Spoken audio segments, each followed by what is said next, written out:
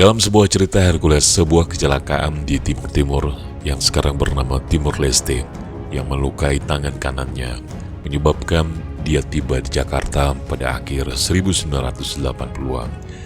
Dia menjalani perawatan di RSPAD Gatot Subroto, Jakarta. Saat terbang dengan pesawat Hercules, namun Hercules menolak untuk dikembalikan ke Korem Dili, Tim-Tim.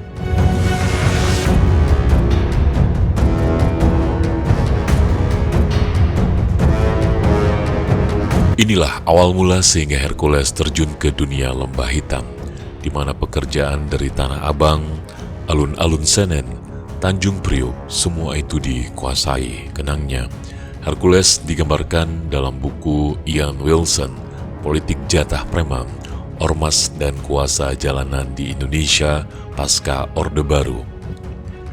Sekali lagi, dia dilahirkan sebagai Rosario Marsal dan adalah putra seorang petani di Dili.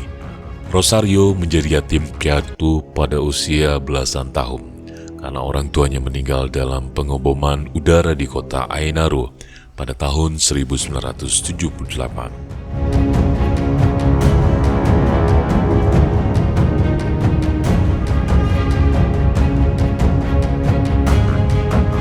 Rosario kemudian secara tidak resmi dipungut oleh militer Indonesia pada pertengahan 1980-an. Menurut Wilson, dia bekerja untuk militer Indonesia di Tim-Tim sebagai tenaga bantuan operasi atau TBU, yang berarti pembawa perlengkapan atau juru angkut logistik. Wilson mengatakan bahwa Hercules sangat dekat dengan Prabowo, yang menjabat sebagai Panglima Batalion Infanteri Lintas Udara 328 Kostrat di Tim-Tim, dan Maijen Zaki Anwar Makarim yang bertugas sebagai Kepala Satgas Panitia Penentuan Pendapat Timur Timur. Wilson menulis berdasarkan wawancaranya dengan Hercules di Jakarta pada tahun 2006. Menurut Hercules, ia berutang nyawa kepada Prabowo pada masa-masa ini, dan sejak saat itu Prabowo menjadi satu-satunya orang yang bisa memukul saya tanpa saya balas.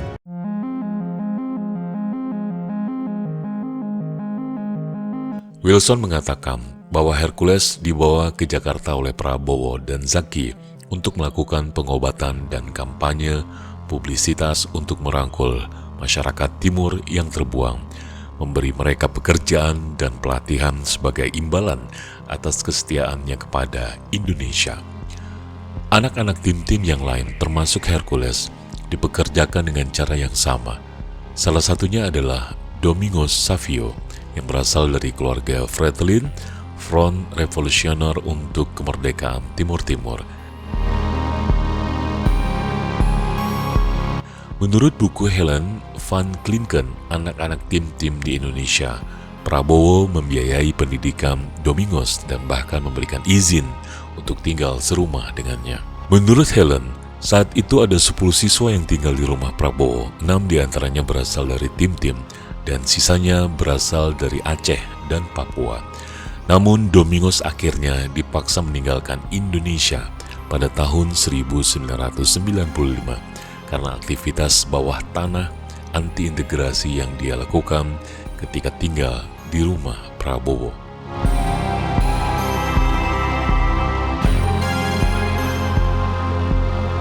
Octavio Suarez yang berkontribusi besar pada pemindahan anak-anak Tim-Tim ke Jawa setelah referendum 1999 juga diterima oleh Prabowo. Hercules bekerja di sebuah bengkel bersama 10 rekan Tim-Tim pada awalnya di Jakarta. Namun, gaji yang rendah mendorongnya untuk berjual merokok di Tanah Abang. Menurut Wilson, reputasi Hercules secara bertahap meningkat sebagai akibat dari keberaniannya melawan balik, seringkali dengan goloknya. Meskipun dia sering menjadi sasaran preman lokal, pada akhirnya lebih banyak orang yang menjadi pengikutnya. Selain menjadi preman, Hercules dan gengnya sering dikontrak oleh pemerintah Orde Baru untuk merundung dan juga berunjuk rasa di Jakarta melawan kelompok Tim-Tim yang mendukung kemerdekaan.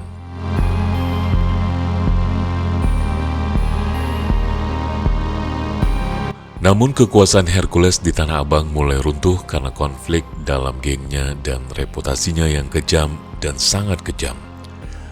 Hingga serangan dari grup lain pada tahun 1997, Hercules diusir dari Tanah Abang. Dia sementara tinggal di Indramayu, Jawa Barat. Sebelum memindahkan kantornya ke area dekat Jalan Rasuna Said, Hercules berusaha menghidupkan kembali perusahaannya setelah diusir dari Tanah Abang. Menurut catatan Wilson, ia berpartisipasi secara signifikan dalam jasa lukratif penagihan utang, keamanan, dan makelar tanah untuk melayani elit-elit bisnis dan politik Jakarta. Hercules akhirnya terjun ke dunia politik. Dia bergabung dengan tim kampanye Presiden Petahana Susilo Bambang Yudhoyono pada pemilu 2009. Setelah Prabowo Subianto dan Partai Gerindra bangkit, Hercules kembali ke mantan patron militernya. Hercules mengumumkan pendirian Ormas GRIP pada tahun 2012. Wilson menulis, GRIP jelas punya tujuan politis, membawa Prabowo menjadi presiden. Organisasi didirikan dengan tujuan untuk berfungsi sebagai sayap operasional Gerindra. Anggotanya berasal dari jaringan preman, mantan anggota militer, milisi, kelompok seni, bela diri, dan penguasa lokal yang terkait dengan Hercules dan Prabowo. Pada bulan Mei sebelumnya, Prabowo juga berpartisipasi dalam peresmian kantor DPP GRIP di Jakarta Barat. Saya percaya bahwa GRIP dapat secara konsisten mendukung dan memberdayakan mereka yang tertindas. Pengabdian kepada negara dan bangsa tidak mengenal batas. Prabowo menulis dalam unggahan di Facebook bahwa dia akan menciptakan perubahan dengan meningkatkan pelayanan dan rasa nyaman, bukan seperti beberapa ormas yang menyebarkan ancaman dan ketakutan. Hercules mengucapkan, ini merupakan peresmian kantor Gerakan Rakyat Indonesia Baru. Terima kasih atas datangnya Dewan Pembina Bapak Prabowo saat membuka kantor GRIP. Hercules yang mengenakan kemeja GRIP mengucapkan semoga visi-visi tujuan kita untuk 2014 tercapai. Persiapan membackup Gerindra untuk bertarung merebut kemenangan pemilu 2014 dan membuat Bapak Haji Prabowo menjadi presiden.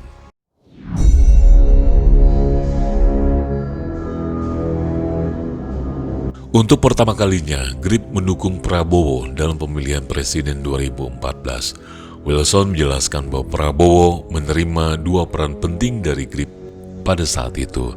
Dia menggambarkan GRIP sebagai representasi gaya kontra insurgensi agresif Prabowo dalam kampanye politiknya. Pertama, mengirimkan pasukan lapangan ke kaum miskin untuk memberikan bantuan dan makanan gratis. Kedua, mengoptasi para pemimpin lokal, termasuk orang kuat, kepala desa, dan tokoh agama. Upaya Hercules terhenti ketika dia ditangkap oleh polisi dalam razia anti-preman pada 2013. Wilson mengatakan bahwa ketika Hercules ditangkap, dia konon diberi pilihan apakah meninggalkan GRIP dan misi politiknya untuk mendukung pencalonan Prabowo dan kembali berbisnis saja atau dipenjara.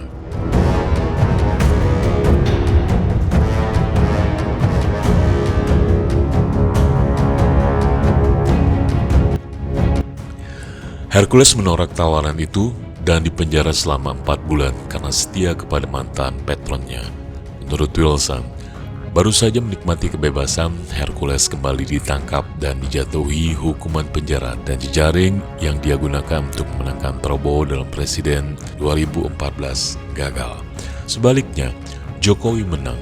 Setelah keluar dari penjara, Hercules mengubah nama ormasnya menjadi GRIP Jaya dan meningkatkan pengaruhnya pada kampanye Prabowo pada pemilihan presiden 2019 hingga 2024. GRIP mungkin tidak dapat mengambil tindakan kecuali dia melakukannya. Namun pada tahun 2024, Hercules menyatakan harga mati untuk mendukung beliau, Prabowo.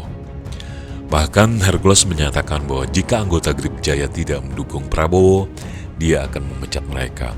Hercules menyatakan bahwa GRIP Jaya adalah ormas yang independen dan telah mendukung Prabowo selama 20 tahun.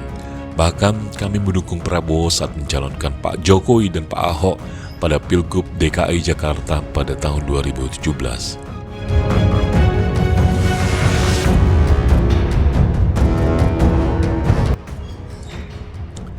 Ricardi S. Adenan, Guru Besar Bidang Sosiologi Universitas Indonesia berpendapat bahwa kemunculan kembali Hercules dan Grip Jaya saat ini disebabkan oleh sosok Prabowo yang berkuasa di Indonesia saat ini pula. Dan dia mengatakan, ketika Pak Prabowo itu memiliki jabatan yang kuat, Hercules muncul. Tetapi ketika Prabowo tidak kuat, dia tidak muncul. Ricardi menekankan bahwa apakah tindakan Grip Jaya dan Hercules direstui atau tidak oleh Prabowo, terlepas dari kebenarannya, Hercules memiliki persepsi bahwa ada kedekatan khusus atau utang budi di masa lalu ketika dia membacanya. Ricardi mengatakan, artinya dia, Hercules, dan Grip Jaya merasa punya backing yang sangat kuat.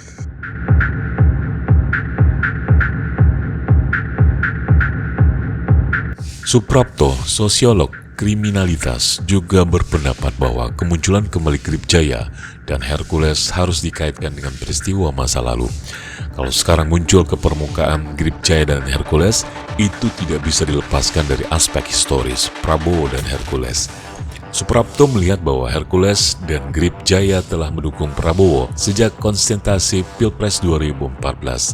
Dan karena Hercules memiliki pembina yang menjadi presiden, itu menjadi peluang bagi Hercules. Hercules terlibat dalam kampanye pemenangan Prabowo bersama ormasnya, sehingga dia pasti ingin berpartisipasi dalam kegiatan yang ada di Indonesia ketika itu berhasil. Dalam kata-kata sederhana, dosen yang pensiun dari UGM itu mengatakan bahwa mereka ingin muncul untuk menunjukkan eksistensinya. Suprapto menyatakan bahwa eksistensi itu baik-baik saja, tetapi pemerintah tidak boleh diam ketika anarkis dan premanisme terjadi. Ketika ormas melakukan hal-hal yang merugikan negara dan masyarakat, jangan takut dan ragu untuk membubarkannya. Marcel Gual, Kabid Media dan Publikasi DPP Grip Jaya, mengakui bahwa ada hubungan emosional antara Hercules dan Prabowo. Mengapa? Dia menambahkan, Pak Hercules dan Ormas Grip ada dalam proses itu, mendukung salah satu ormas yang mengantarkan beliau menjadi presiden. Grip telah mendukung kuat Pak Prabowo menjadi presiden sejak awal dan telah mendukungnya dalam berbagai pemilu. Marcel di sisi lain tidak setuju jika disebut Grip Jaya menggunakan nama Prabowo sebagai backing.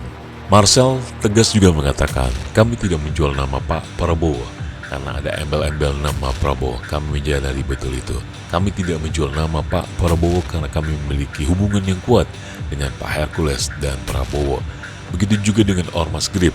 Jadi tanggung jawab moral kami sebisa mungkin mendukung program terbaik untuk bangsa ini.